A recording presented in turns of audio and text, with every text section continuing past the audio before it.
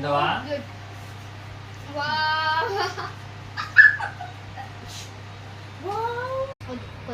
తింటావా?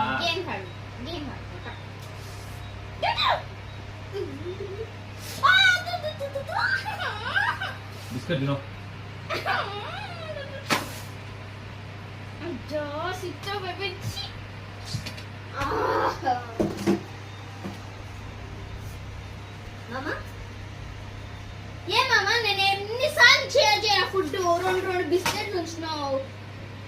నేను ఎన్ని మాటలు అడిగినా నువ్వు కొంచెమన్నా చూస్తావు నా దిక్కు. నువ్వు సెల్లులో మునిగిపోతున్నావు కానీ ఇక్కడ మామ బిస్కెట్ అడుగుతున్నాడే తిందామని ఏమైనా ఆలోచన ఉందే? బిస్కెట్ ఈరోజు కొత్తగా తెచ్చినామని నేను అడిగాను. తింటావా తింటావా అని 3 times అడిగాను. నువ్వు కొంచెమన్నా నా దిక్కు చూడన్నా చూస్తున్నావా? చూడలే. సెల్లో మునిగిపోయాను. అయినా నీది కాదు తప్పు, మీ మమ్మీది మీ డాడీది. నీకు సెల్లు ఇవ్వడం తప్పు. మీ అమ్మ మీ డాడీకి ఏం పని లేదా? అంటే మా మమ్మీ డాడీ కూడా చూసే ఫోనే. నాకు బోర్ కొడుతుంది, నాకు ఒక కొత్త ఫోన్ ఉంటుంది. కరెక్టే, మరి పక్క మంచి చూపించేదని అర్థం కాదు. అయినా నీది కాదులే తప్పు.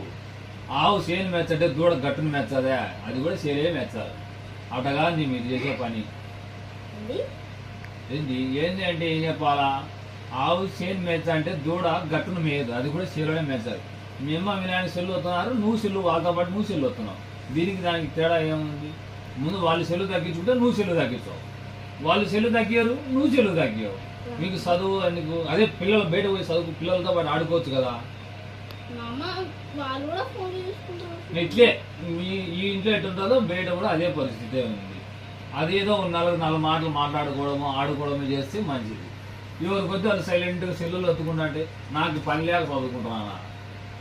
నాకు అక్కడ సెల్లు లేదా? సెల్లు ఎందుకు పక్కన పెట్టినా? దానివల్ల కొంతవరకు ఉపయోగం ఉంటుంది. మరి దాంట్లో మునిగిపోతే ఎట్లా? అరచేతిలో ప్రపంచం.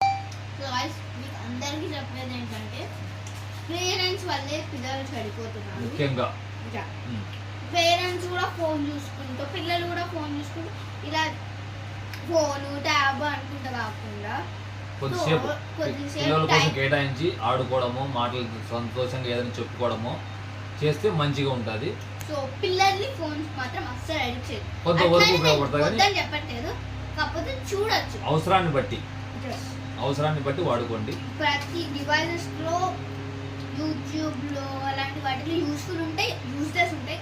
కానీ మీరు పిల్లలకి ఎక్కువ యూస్ఫుల్ చూపండి. మీరు కనుక నచ్చినట్లయితే like, share, comment and subscribe. By bye guys.